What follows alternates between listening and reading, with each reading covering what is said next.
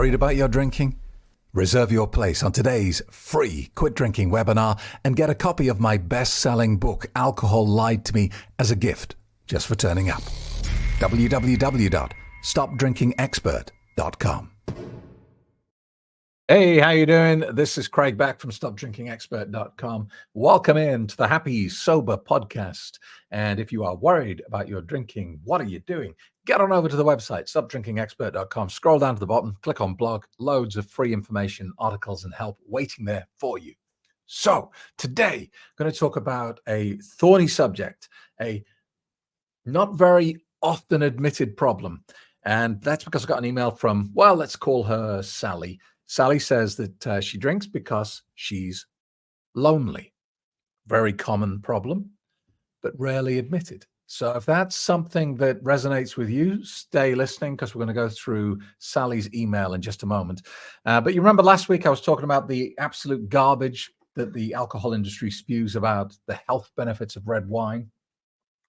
Well, Jill sent me an email saying that she saw on 9 News Brisbane this article, and she wanted my opinion on it. Red wine, dark chocolate can lower dementia risk, study finds. So I've not read this before, so let's dive in together and let's see if there's any truth in this story by Adam Vidler. All right, let's see where this is going to go. Dark chocolate and red wine can help lower the risk of developing dementia, according to a new study involving Australian researchers. Okay.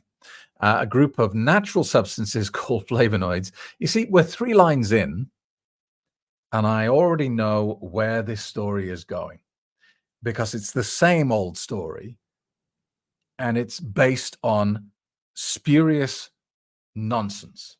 All right. Look, I've not read this article, but I'm going to tell you where it's going to go, and let's see if I'm right. Okay. It's going to suggest that certain alcohols like red wine have a lot of antioxidants in them. Therefore, they are good for you. All right. That's going to be the meat and bones of this article. Now, that sounds like common sense. If it's got a lot of antioxidants in, it must be good for you. It's not like that. It's like me saying, here, drink this gasoline. I've put a bit of vitamin C in it for you. Just because you've put something good into something bad does not make it good. If you drink gasoline with vitamin C in, you die, regardless of the vitamin C. Anyway, let's carry on and see if I'm right here. A group of natural substances called flavonoids found naturally in a range of fruits and vegetables, including berries and leafy greens, are believed to be the cause. They can also be found in the aforementioned treats as well as in tea. True. Researchers from Edith Cowan University and Queen's University in Belfast looked at the diets of more than 120,000 adults aged 40 to 70 in the UK for a decade. Of that group, 882 developed dementia during the study. The researchers found that those who consumed the highest amount of flavonoid-rich foods had a lower risk of dementia. This article's even worse than I expected it to be. So actually, Adam, I don't know what your motivation for writing this was, but it turns out as we get into the article here, which must be all of 300 words long, the research wasn't even about alcohol. There was no part of it that was about alcohol. The whole research was about antioxidants in foods. And certain, all foods have what's called an ORAC rating, right?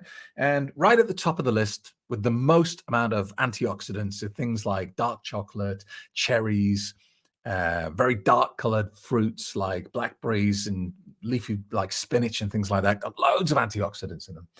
And everything has an ORAC rating, something like processed white bread has an ORAC rating of pretty much 0, but then you've got like a red cherry with a ORAC rating in the thousands.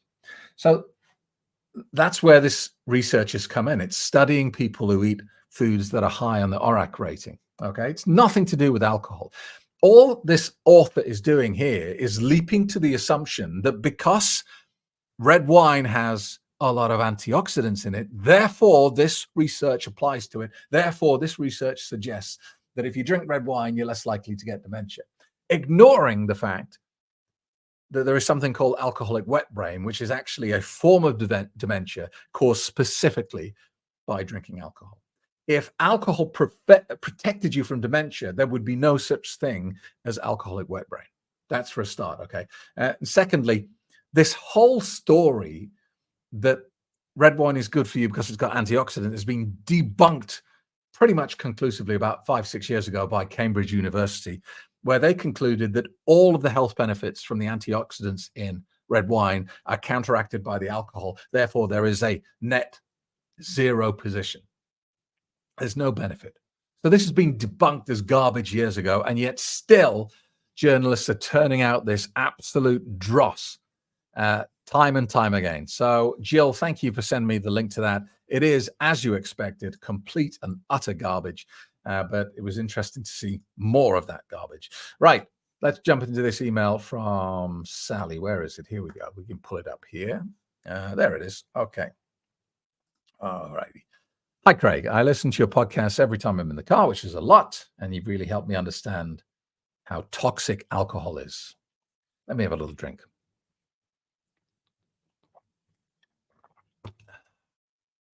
I've been sober for a little more than 6 months, sleeping better, exercising more productive at work. I have loads more money, and generally my life has improved. Problem is, and you've covered this in many of your podcasts, I'm lonely, 63, keep myself fit, but I'm terrified of dating sober. The last relationship I was in, the person didn't seem to think I had a problem with alcohol, no DUIs, still had a job, nice car, nice home. And when he pressured me for sex, I couldn't bring myself to do it without wine. So I gave up 4 months of sobriety and the relationship didn't work out anyway. Anyway, I quit again 6 months ago and I joined AA. And yes, I agree with you about how they tell you that you're a dirty, broken drunk and you can never have the thing you want most for the rest of your life. That's just wrong. My life never became unmanageable with alcohol. My life became miserable and I was managing the misery. The sad reason I joined AA was because I don't have family and I have few friends. And I've given up on dating because what happened the last time I got involved with someone. I joined AA to make some friends and also to basically be held face-to-face accountable to my sobriety. So here's my problem. I'm lonely. I've hit the wall at 6 months. The evil clown is telling me at least alcohol got me out the house. Let me tell you one thing I really miss about alcohol: access to my emotions. Alcohol was really good at letting me release some of the sadness, anger, and frustration I have left. I could cry privately, of course. It's not that I want to become this emotional, wear your heart on your sleeve mess. I just wish I had the ability to release my emotions more easily without alcohol. Does this sound crazy? Am I the only one who misses booze for its emotional catharsis? What a great email, Sally. And no, you're not the only one. Look, what alcohol is good at doing is providing a quick fix to a complex problem and then charging you a heavy price for it. And you know, Sally, that I'm always here saying there is no benefit to alcohol at all, not a single benefit. And that's, you know, if you look at the long-term view, if you zoom out and you view this as a big picture, that is absolutely true. But on a tiny scale, on a minute by minute, hour by hour scale, there is a benefit to alcohol. All right. Now, loneliness. You feel lonely, which is a horrible feeling, isn't it? It's a kind of an awareness that you are insignificant. You are not missed by anyone, not wanted by anyone, not having fun and being social and being cared about. And sometimes when you're very alone, you think, I could drop down dead now and nobody would know for days. Who would even check on me? And that's a very awful feeling. So, you know, then alcohol comes along and says, well, I can help you not be aware of that. It doesn't come along and say, I can help you with your loneliness. It doesn't say I can fix your loneliness. It says, I can make you less aware of your loneliness. And in that painful moment, sometimes we go, yeah, okay, I'll have that option, please. So you take that option and then you get the bill, you get the check, and the check is enormous. It's like, right, okay, in return for this tiny bit of relief, not even a solution to your problem, in return, I want your health, your happiness, about 15 years of your life. I want your self-respect. I want you to make silly mistakes, and the list goes on, right? So the bill for that tiny little benefit is vast. Only an idiot would take the deal. And we are idiots when it comes to alcohol. So, Sally, I understand where you're coming from because, in that moment, there is a benefit to alcohol. But the flip side of that coin is this is the only sort of benefit is that the price is making your original problem bigger. So you get a short bit, like I'm talking like a couple of hours relief, and the price you're going to pay for that is the next day, your problem is now bigger. And along comes alcohol again and says, well, don't worry, because Sally, just like yesterday, I can help you again today. And guess what happens the next day? Your problem's even bigger. Because people who drink end up defaulting to being on their own. They don't, I know that there's this kind of image of alcohol being the great social lubricator, and people go out socializing and entertaining and having a good time. That's how it starts. But generally, when people go down the rabbit hole of alcohol, they default to being on their own because they can, if they're on their own, they can control the quantity and speed of the alcohol. They don't have to wait in a round for someone else to buy a drink. They don't have anyone watching them drinking. They don't have anyone sticking their nose in saying, hey, listen, I've been watching how much you're drinking and I'm a bit worried about you. None of that goes on. So at the end, when you get far enough down the rabbit hole, you're sat on your own, on your sofa, in your underwear, drinking on your own, feeling miserable, but numb of it, right? So you're not on your own, Sally. Lots of people are using alcohol to deal with short-term discomfort, and that includes physical pain as well. A lot of people email me and say, Craig, I have chronic pain and nothing touches it. So I drink.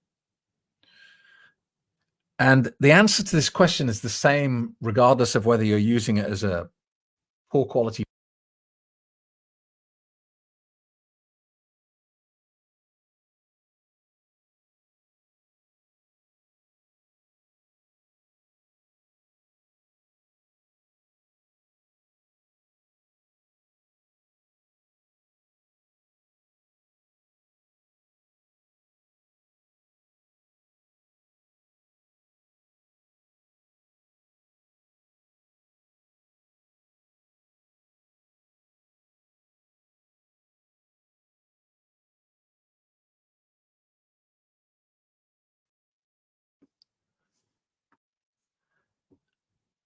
I'm not sure what happened there.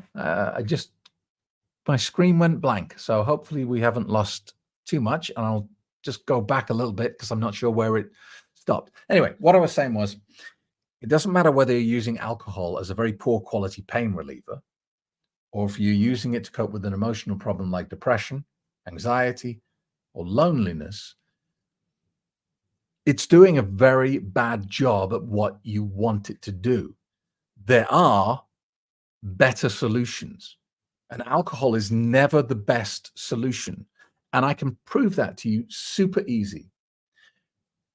For people who use it as a pain medication, if it's so good at relieving pain, how come when you go to hospital screaming in agony, they don't go, whiskey, stat, get him on the vodka, let's deal with that? They never do that, do they? It's never happened, not for hundreds of years, because they've got better tools for the job. All right. So if you're using alcohol to deal with chronic pain, you're using a very blunt instrument to deal with a very specific problem, and you are using the wrong tool for the job. You need to go back to your pain doctor and get better medication. And you've got to dig your heels in and insist. Don't be fobbed off by the doctor because they like to do that. If you're using alcohol to deal with mental health problems, then how come when you go into a mental health facility or you go and see a therapist, they don't pour you a glass of sherry on the way in? He's depressed. Pour him a nice glass of wine. Never happens. Why? Because it doesn't do a very good job at fixing that problem. Look, Sally, I understand loneliness because I've been lonely at times in my life.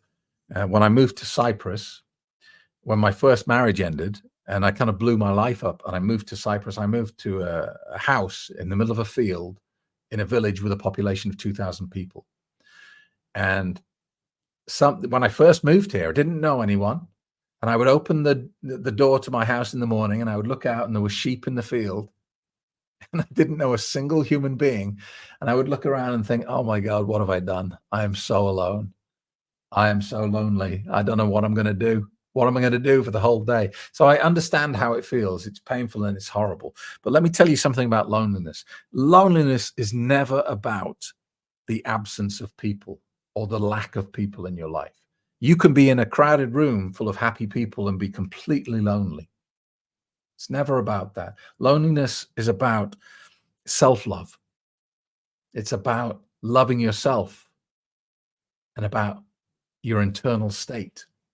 Because if you think about it, Sally, there's never really a reason to be lonely. There's just discomfort that we don't want to put ourselves through. There are always options to be with other people and to make friends. And, I don't care where you live, how small your village is. There'll be a church hall or a community center where they have art classes or foreign language classes or yoga or Tai Chi, or, there'll be a pub where they do pub quizzes, and there'll be a charity that needs volunteers. There's always opportunities to be with other people. It's just that we choose not to, because we think, oh, I'll feel awkward and I'll feel uncomfortable. And the thing is here, you have to approach loneliness as though it's a personal development project. You've got to push yourself out of your comfort zone, because that's the only way you will grow. The only way you fix loneliness is to force yourself to not be on your own, to go into situations where you feel uncomfortable, where you're the new boy, the new girl, and you don't know what's going on, and you don't know anyone, and it's awkward and it's horrible and you hate it. You've got to force yourself to do that, because if you stay on your own in your home, feeling sorry for yourself, your loneliness will compound. And what alcohol is very good at doing is saying, you don't need to feel like this. Drink me and I'll look after you. And all you end up doing is sitting at home, drinking alone. Now, think about that logically. How on earth is that a solution to loneliness? It's not. Let me jump back into your email here, because there was one thing you mentioned at the end I wanted to talk about, and that is this. Alcohol lets you release your emotions, lets you release that sadness and anger that's inside you. Again, it's the wrong tool for the job, Sally. I know it kind of does what it says it does, but not very well. And the reason alcohol enables you to do that is it makes you a little bit stupid. It removes some of your inhibitions and your ability to make sound and logical decisions. And over the years, over the 63 years that you've been alive, Sally, you've created defensive mechanisms that shut out your emotions, that build walls and protect you from letting other people get access to those sensitive and vulnerable emotions that you feel. So you've built these really strong walls, and you've used your conscious and your subconscious to hold on to them and wrestle them and keep them in place for 63 years of your life. And then you drink some alcohol, and you can't do so many things at the same time anymore because you're a little bit stupid. And so you've got to let go of something, and it can't be something important like beating your heart or controlling your body temperature. It's got to be something insignificant. And so your brain goes, okay, I'll let go of my inhibitions about that. And suddenly you start crying, you feel sad, you feel angry, you start breaking things because you're so angry, and all these emotions pour out of you. But it's not achieved in a healthy way. It's not like something good is happening. What's happening is because your brain is no longer powerful enough to contain it anymore. So it's just kind of spewing out of you. But that's not how you want to experience this, in an uncontrolled mess. You need to get an angle on this. You need to get a hold of this in a controlled way, where you are conscious and aware of what's going on. Because it's a bit like timeline therapy. if you ever do timeline therapy, you go and see a therapist and they'll kind of take you back through time, through your life. And they'll take you back to all those horrible moments that you don't want to think about, those traumatic events and sometimes abuse and awful things.